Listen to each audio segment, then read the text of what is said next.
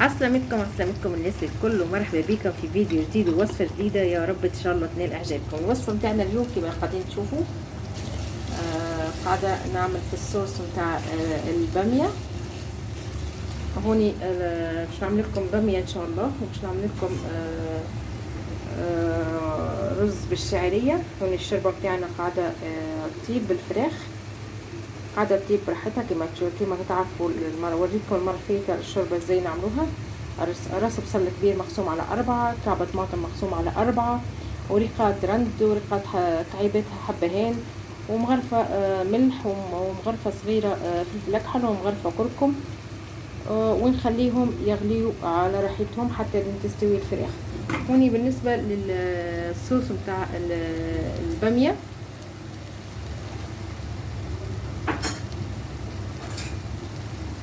حطينا في المرحلة الأولى شوية زيت، وحطينا فيهم بصلة تتقلى،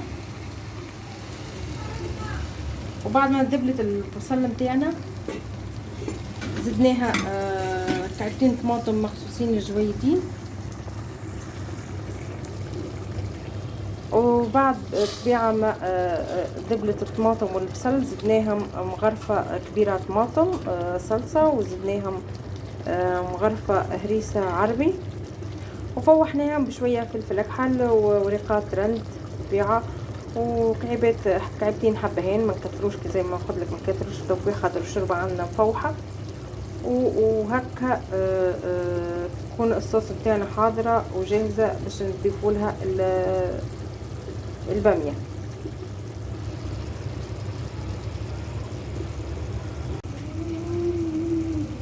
هوني بالطبيعة البامية بتاعنا لازم تكون جويدة، غسلناها وقصيناها وغسلناها أكثر من مرة باش تنضف بالطبيعة، نحط الكمية بتاعنا كلها في وسط الصوص بتاعنا، نحاولوا نحركوا الكمية كلها مع بعضها حتى تدخل الصوص في وسط البامية.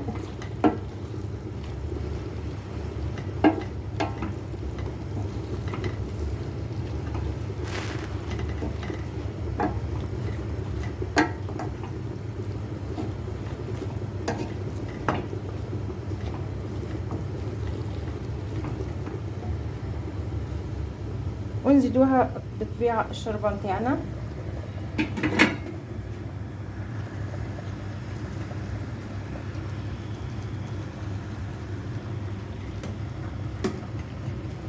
حتى لين نغطيو البامية.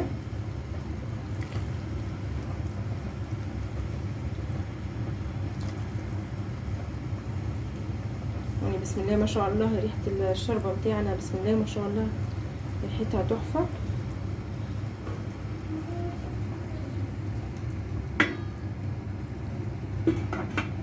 قبل ما نغطيو على البامية ونخليوها تستوي، نعدلو الملح بتاعنا ونشوفوا الملح بتاعها حسب الذوق بتاعكم بالطبيعة.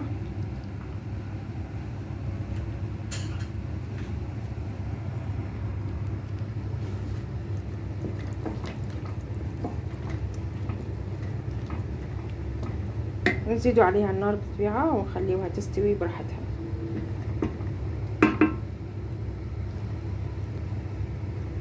هوني مع البامية بالطبيعة زي ما قلت لكم عملت لكم رز بالشعرية.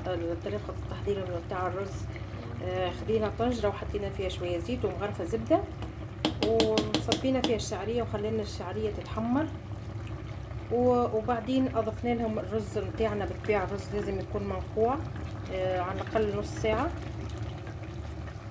وزدناهم الشوربة، صبينا عليها الشوربة بكمية تكون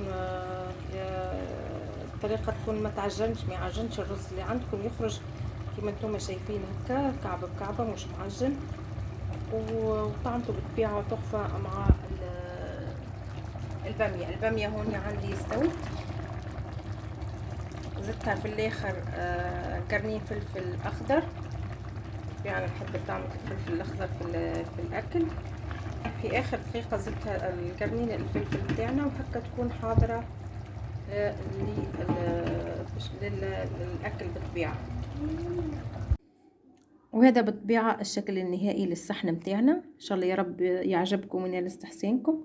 وني نذكركم اللي انا عملت لكم رز بالشعرية وعملت معاه البامية متاعنا، وحمرت الفراخ. وهوني الشوربة متاعنا اللي تتحصلوا عليه في الاخر. هوني بسم الله ما شاء الله طعمة البامية بالطبيعة مع الرز من الأطباق المفضلة عندي. واللي جربها بالطبيعة مرة أكيد باش يعودها مرة أخرى وأخرى.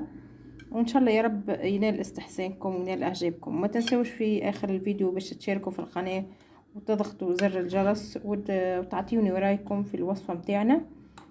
وإلى اللقاء في فيديو آخر إن شاء الله.